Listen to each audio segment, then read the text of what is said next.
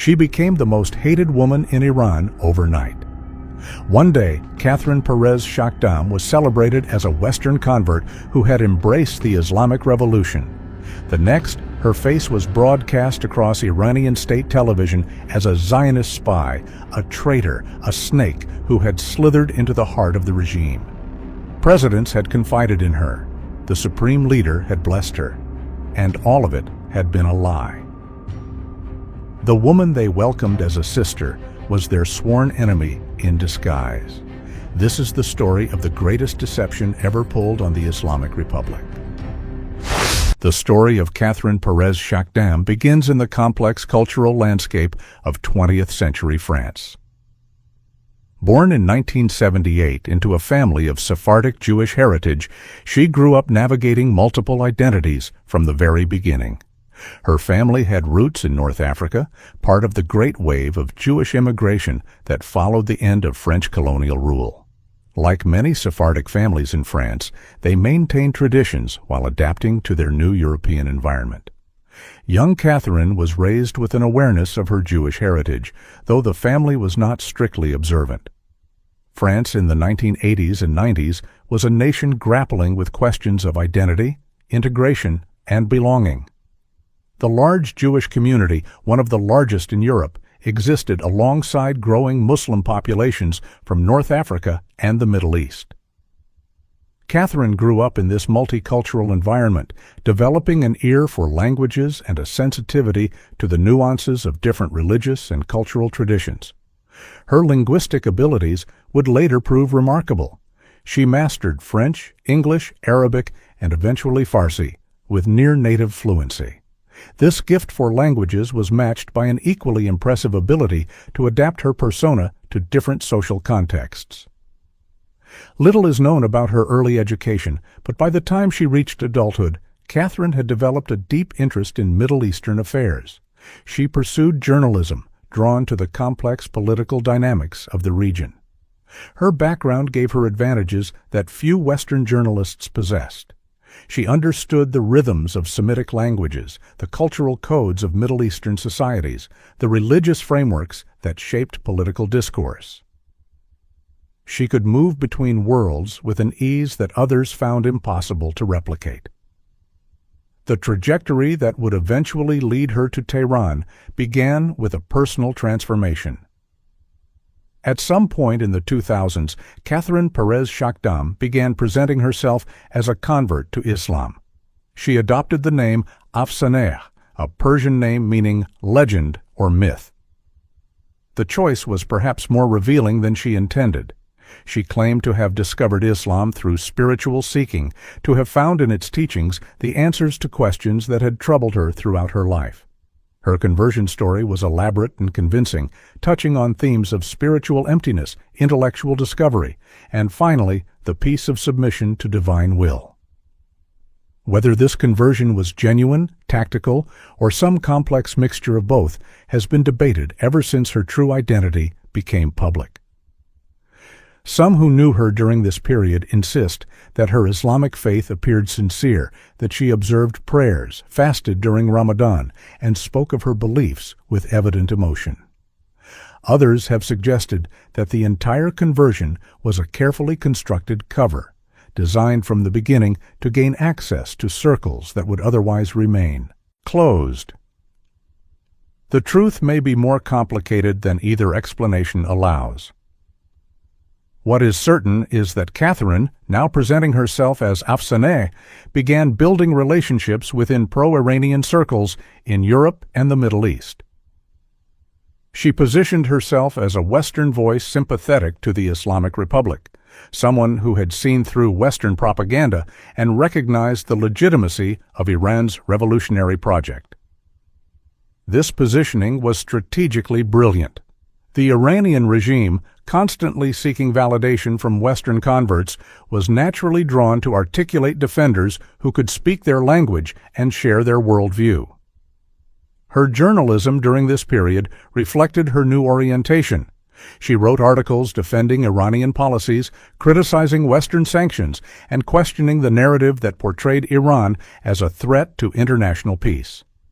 Her work appeared in various outlets sympathetic to Tehran's perspective. She built a reputation as a thoughtful, informed commentator who brought genuine understanding to complex issues. Her Sephardic background and fluent Arabic allowed her to navigate both Persian and Arab media landscapes with equal facility. The Iranian regime's interest in Western converts was not merely vanity. The Islamic Republic had long understood the propaganda value of foreigners who embraced their cause. American and European converts to Shia Islam were treated as living proof that the revolution's message had universal appeal, that it transcended cultural and national boundaries. Such converts were cultivated, celebrated, and given platforms to spread their testimonies. For someone with Katherine's abilities, this created an extraordinary opportunity. By the mid-2010s, Afsane had established herself as a significant figure in pro-Iranian media circles. She was invited to conferences in Tehran, introduced to scholars and officials, given access that few Western journalists could dream of obtaining. Her knowledge of Islamic theology impressed her Iranian hosts. She could quote Quranic verses from memory, discuss the finer points of Shia jurisprudence, and engage with clerics on their own terms.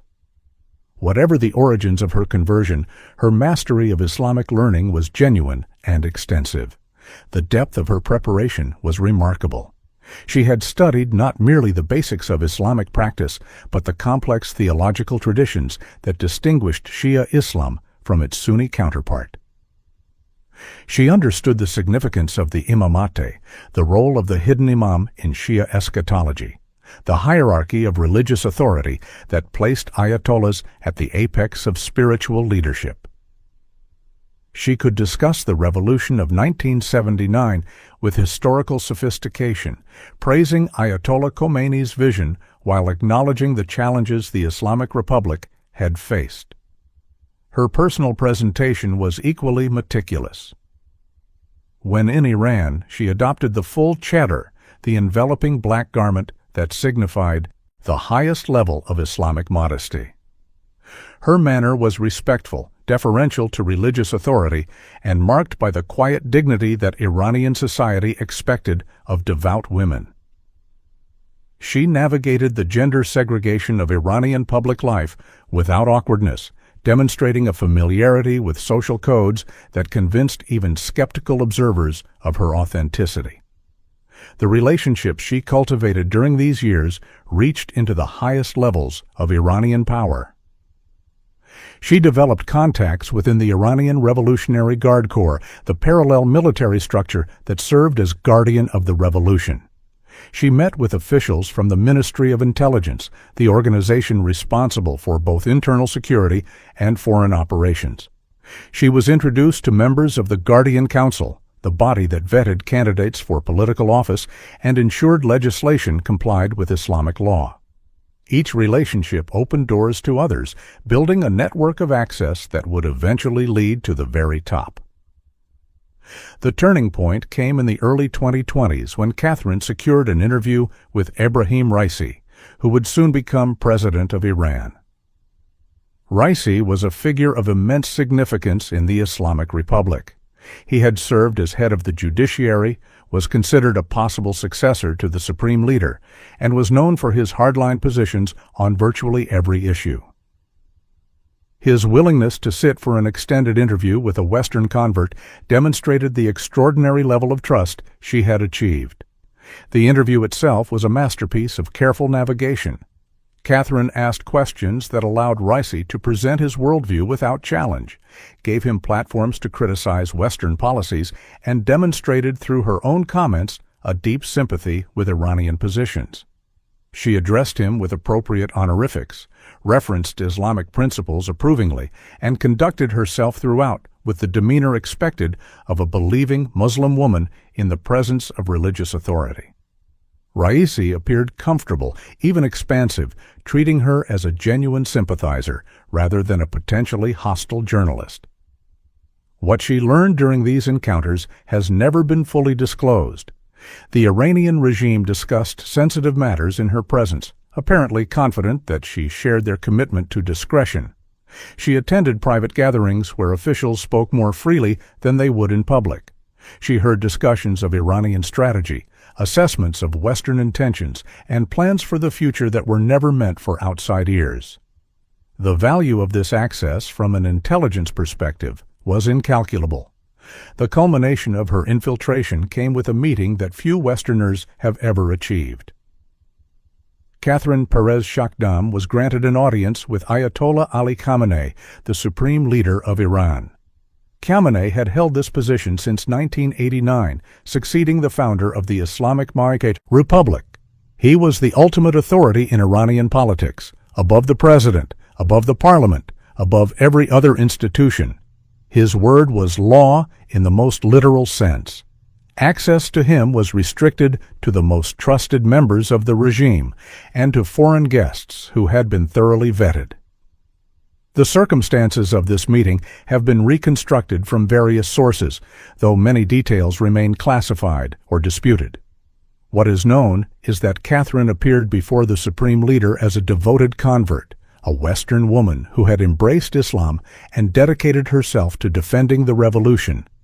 Khamenei reportedly engaged with her warmly, pleased by the testimony of her conversion, interested in her perspectives on Western attitudes toward Iran.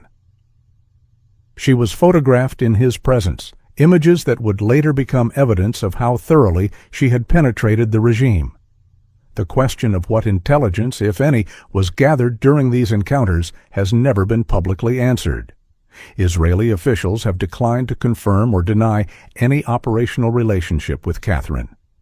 French intelligence services have maintained similar silence, but the implications of her access were obvious to anyone familiar with the world of espionage. A Western journalist with direct access to the supreme leader, trusted by the Revolutionary Guards, welcomed into the inner circles of Iranian power, would be an asset of almost unimaginable value. Her dual life required constant vigilance. She maintained separate identities for different contexts, careful never to allow them to intersect. In Iran, she was Afsane, the devoted convert, the defender of the revolution. In other settings, she remained Catherine Perezshkdam, the French journalist with Sephardic heritage. The psychological demands of this compartmentalization were immense. Every conversation required awareness of which identity she was inhabiting, which background story applied, which relationships she could acknowledge.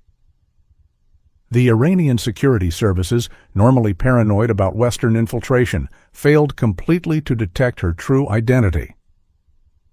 This failure has been attributed to several factors. First, her cover was exceptionally well constructed. She had built her persona as a convert over many years, establishing a documented history of Islamic practice and pro-Iranian advocacy. There was no sudden appearance, no suspicious gaps in her biography that might have triggered investigation. Second, the Iranians wanted to believe in her. The regime was hungry for Western validation, eager to embrace converts who confirmed their worldview. This desire created a blind spot that Catherine exploited with remarkable skill. Her linguistic abilities played a crucial role. She spoke Farsi with a fluency that impressed native speakers, having apparently studied the language intensively for years.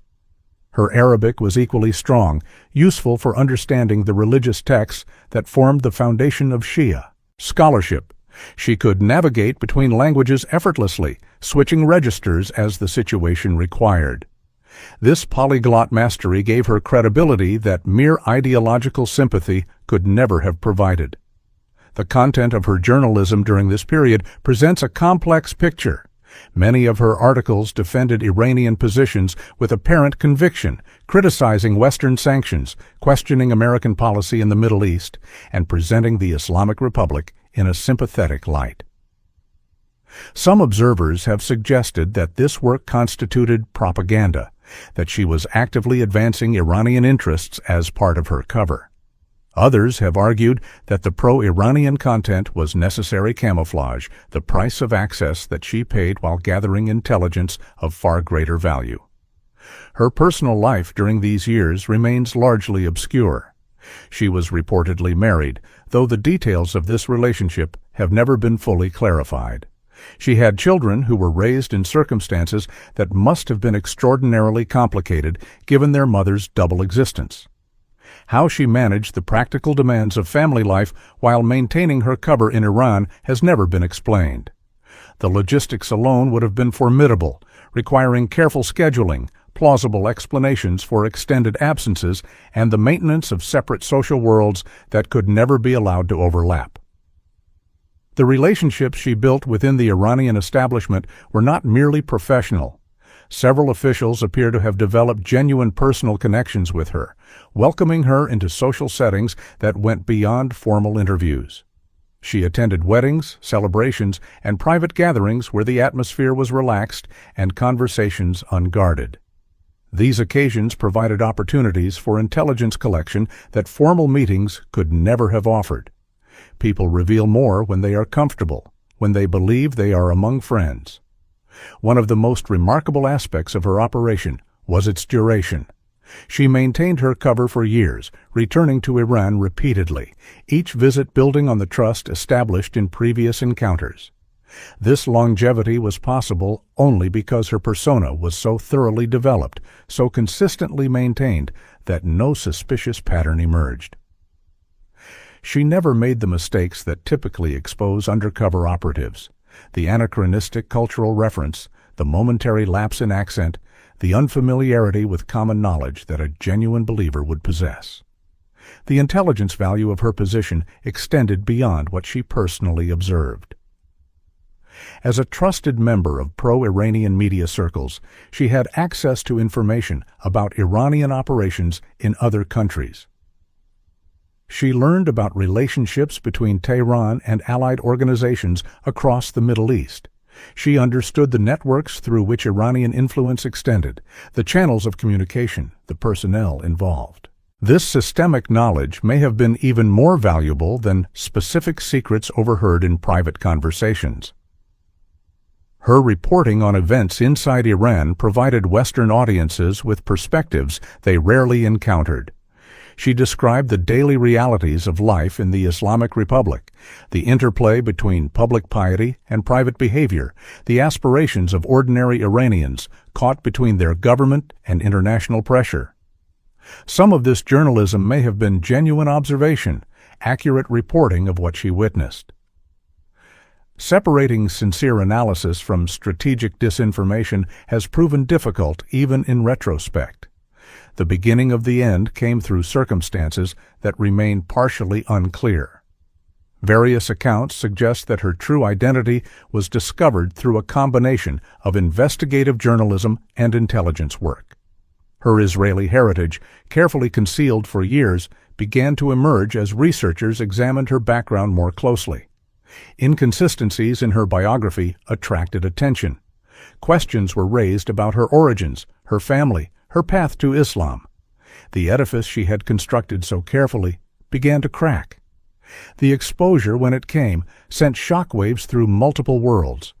Iranian officials who had trusted her were forced to confront the possibility that they had been thoroughly deceived. The interviews she had conducted, the access she had been granted, the conversations she had witnessed, all were now cast in a new light. The regime faced the humiliating realization that a woman they had celebrated as a convert and defender had been something else entirely. The security failure was profound and public. Her defenders argued that there was no evidence of actual espionage, that whatever her origins, her journalism had been legitimate. They pointed out that having Israeli heritage did not automatically make someone a spy, that many people of Jewish background had genuinely converted to Islam, that her faith might have been sincere even if her biography was complicated. These arguments found little purchase among Iranian hardliners who saw in her exposure confirmation of their worst suspicions about Western infiltration. The Iranian response was predictably harsh. State media denounced her as a Zionist agent, claiming that her entire career had been an intelligence operation designed to penetrate the Islamic Republic. Officials who had appeared with her in photographs scrambled to distance themselves from the association. The regime that had welcomed her so warmly now portrayed her as an enemy of the worst kind. a spy who had exploited their hospitality and betrayed their trust. The question of whether Khatrin Perez-Shakhdam was actually working for Israeli intelligence has never been definitively answered. The Mossad, Israel's foreign intelligence service, does not confirm or deny the identities of its operatives. No Israeli official has publicly claimed her as an agent, but the circumstantial evidence has led many observers to conclude that her penetration of Iranian inner circles was too successful, too valuable, to have been purely journalistic. The access she achieved would have been a dream for any intelligence service seeking to understand Iranian decision-making. Alternative explanations have been offered. Some have suggested that she was not a professional intelligence operative, but an opportunist who saw advantages in constructing a false identity. Others have proposed that her conversion to Islam was genuine but complicated by her heritage, that she struggled with competing loyalties that eventually became public. Still others have speculated that she was recruited by intelligence services only after establishing her position independently, transformed from journalist to spy as her access proved increasingly valuable. The psychological dimensions of her story are as compelling as the operational ones. Living a double life for years, constantly monitoring every word and gesture, maintaining a persona that contradicted her fundamental identity, this would exact an enormous toll on anyone. How did she manage the cognitive dissonance of praising the Islamic Republic while knowing its hostility to her people? How did she navigate moments when Iranian officials expressed hatred for Israel in her presence, assuming she shared their views? The internal experience of such deception can only be imagined. Her case has drawn comparisons to other famous infiltrators throughout history. Like Eli Cohen, the Israeli spy who penetrated Syrian government circles in the 1960s, she achieved access that seemed impossible for an outsider. Like Cohen, she built relationships based on apparent friendship that served hidden purposes. But unlike Cohen, who was eventually captured and executed, Khatrin escaped before her exposure could lead to arrest. This difference may reflect changing circumstances, improved communications, or simply better luck. The Iranian intelligence community has reportedly conducted extensive internal reviews to understand how she succeeded for so long. Their conclusions, if any have been reached, have not been made public. But the failure has clearly affected their approach to Western journalists and converts. The skepticism that always existed has hardened into something closer to paranoia. The opportunity that Khatrin exploited, the regime's desire for Western validation, has been recognized as a vulnerability that future adversaries might again target. Her story illuminates broader themes about identity in the modern world. She moved between cultures, religions, and nationalities with a fluidity that earlier generations would have found impossible. She exploited the permeability of boundaries that globalization has created, the ease with which someone can construct new identities in new contexts. Her success was possible only in a world where traditional markers of identity, accent, appearance, documented. History can be mastered through study and practice. The implications for future intelligence operations are significant. If one person could achieve such penetration through careful preparation and sustained commitment, others might do the same. The Iranian regime is not the only government vulnerable to such infiltration.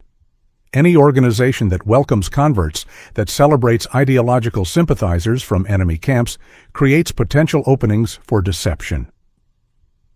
The hunger for validation becomes a security liability.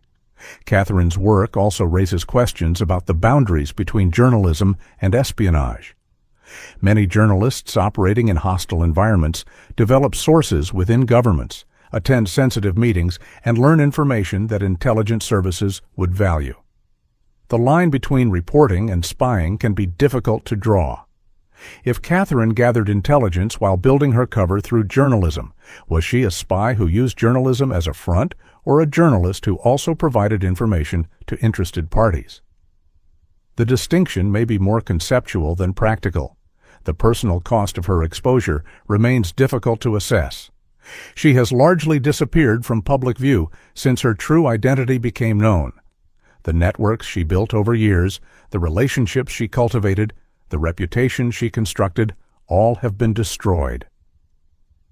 Whatever satisfaction she may have derived from her accomplishments must be weighed against the isolation that has followed. She can never return to the world she inhabited, never resume the persona she developed so carefully. For Iranian officials who befriended her, the betrayal must have been particularly painful. They had welcomed her into their confidence, shared their thoughts and concerns, treated her as a fellow believer. The discovery that she had been deceiving them all along must have shattered not only professional trust, but personal relationships they believed were genuine. The wounds of such betrayal do not heal easily. The broader geopolitical implications of her operation, if indeed it was an operation, depend on what intelligence she actually provided. If she transmitted information about Iranian decision-making, military capabilities, or political vulnerabilities, her contribution to Israeli security may have been substantial. The value of human intelligence, of having a trusted source inside an adversary's inner circle, cannot be replicated by technical surveillance or satellite imagery. She may have provided insights that shaped Israeli policy toward Iran for years. Her case has become a subject of study for intelligence professionals and academic researchers alike. It demonstrates both the possibilities and the risks of deep cover infiltration in the modern era. The possibilities include access that no other method could achieve, the chance to observe adversaries in unguarded moments, the ability to influence as well as observe. The risks include exposure with consequences that range from professional destruction to physical danger and the psychological toll of sustained deception. The Iranian media has continued to reference her case as evidence of Zionist perfidy, using it to justify increased vigilance against Western influence. Her name has become shorthand for the dangers of trusting outsiders, a cautionary tale invoked whenever the regime wishes to discredit voices calling for engagement with the West. In this sense, her exposure has served Iranian propaganda purposes even as it demonstrated Iranian intelligence failures. The religious dimensions of her story add complexity that purely secular analysis may miss.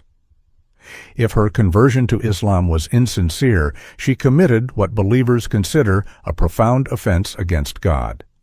Islamic tradition views false conversion with particular severity, as it represents not merely deception of humans, but mockery of divine truth. Iranian clerics have condemned her in the strongest terms, treating her exposure as an affront to the faith itself, not merely to the state. Yet if her conversion was genuine, at least initially, the story becomes even more complicated. Many converts struggle with their new identities, facing doubts and conflicts that born believers cannot fully understand. The discovery that a convert has concealed aspects of their past does not necessarily prove the conversion was false. Human identity is rarely simple, and religious transformation can coexist with complicated loyalties and hidden histories. The truth of Katherine's inner life may never be fully known. Her linguistic mastery deserves particular attention. Learning Farsi to the level she achieved requires years of dedicated study, preferably including extended immersion in Persian-speaking environments. Her ability to discuss Islamic theology in both Arabic and Farsi, to quote texts and engage with scholars, represented intellectual accomplishment as well as operational preparation. Whatever else may be said about her, she possessed abilities that few others could match. The strategic context of her infiltration included escalating tensions between Iran and the West. During the years of her access, the Iranian nuclear program remained a source of international concern. Negotiations over sanctions and enrichment levels proceeded fitfully, marked by moments of apparent progress and frequent breakdowns. Intelligence about Iranian intentions, capabilities, and red lines would have been invaluable to negotiators and military planners alike. Her position gave her potential access to exactly this kind of information. The question of whether she actually gathered intelligence, and if so, what kind, remains unanswered. Intelligence services do not typically disclose their sources and methods, even decades after operations have concluded. The full story of Katherine Pérez-Chakdam's activities during her years of access may never be publicly revealed. We are left with fragments, inferences, and speculation about one of the most remarkable infiltrations in recent history. Her story also reflects the particular challenges women face in espionage. The world of intelligence has traditionally been male-dominated, and female operatives have often been underestimated by their targets. Katherine exploited this tendency, presenting herself in a role, the devout female convert, that Iranian officials found unthreatening. Her gender may have actually enhanced her access in some contexts, allowing her to enter spaces and relationships that would have been more closely scrutinized if she had been male. The aftermath of her exposure continues to unfold. Legal actions, media investigations, and intelligence assessments have produced conflicting narratives about her activities and intentions. Supporters claim she was a journalist exercising her profession in difficult circumstances. Critics insist she was an agent conducting espionage under journalistic cover. The truth likely contains elements of both perspectives, combined in ways that resist simple categorization. The story of Katherine Pérez-Chakdam illuminates the boundaries of identity itself. She demonstrated that heritage is not destiny, that origins can be concealed and new selves constructed through sustained effort. She showed that the most sophisticated security services can be fooled by determined adversaries willing to invest years in building credible personas. And she revealed the hunger for validation that makes even paranoid regimes vulnerable to those who tell them what they want to hear. Her case has become part of the larger history of intelligence operations between Israel and Iran. The two nations, despite having no formal relations and treating each other as enemies, have engaged in covert conflict for decades. Operations have ranged from assassinations to cyber attacks to elaborate infiltrations like Katherine's. The shadow war continues, with neither side acknowledging its full extent and both understanding that the stakes include national survival. The personal dimensions of her story await fuller exploration. Somewhere, presumably in a Western country, she continues to live with the consequences of her exposure. The career she built is destroyed. The persona she inhabited is gone. She faces the challenge of reconstructing an identity after the most fundamental elements of her public self have been revealed as fabrications. How she manages this transition, whether she finds peace or remains haunted by her past, we may never learn. For those who study intelligence history, her case will remain a subject of fascination and debate. She achieved what most operatives can only dream of: sustained access to the highest levels of a hostile regime, maintained over years through skill, preparation, and sheer audacity. Whether her accomplishments ultimately served her country or any country, only those with access to classified files can say. What is certain is that she wrote herself into history through one of the most remarkable deceptions of the modern era. The lessons of her story extend beyond the intelligence community. She demonstrated that trust, once given, creates vulnerability. The Iranian officials who welcomed her learned that their desire for Western converts blinded them to warning signs they might otherwise have noticed. The same dynamic applies in other contexts. Whenever we embrace those who validate our beliefs, we may be opening ourselves to manipulation by those who understand our weaknesses. The story of Katherine Pérez-Chakdam is ultimately a story about the human capacity for reinvention.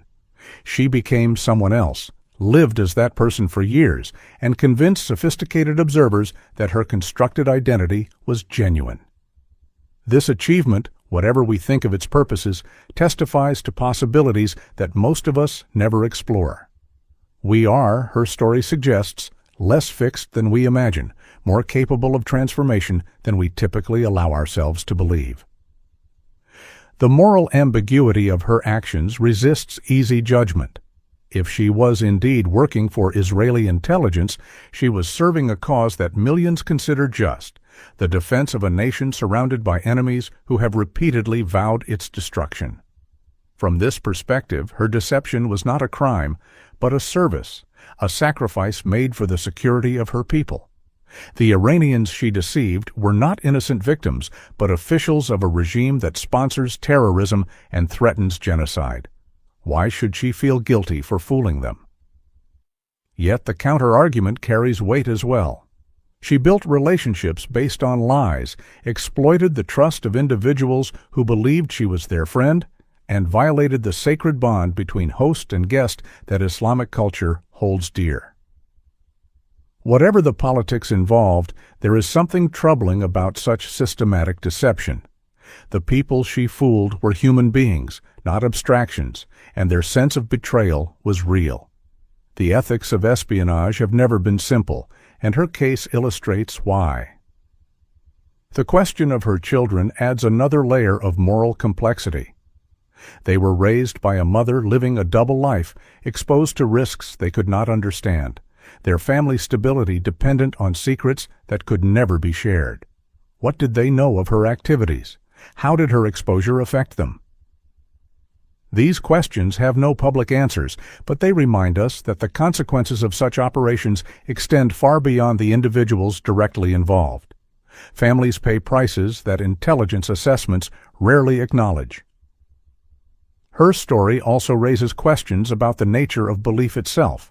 She presented herself as a Muslim, performed Islamic rituals, spoke the language of faith with apparent conviction. But was any of it real? Can someone fake belief entirely, or does the sustained performance of devotion create something genuine in the performer? Philosophers and psychologists have debated such questions for centuries, and Katherine's case provides a contemporary illustration of their enduring relevance. The boundary between pretending to believe and actually believing may be less clear than we assume.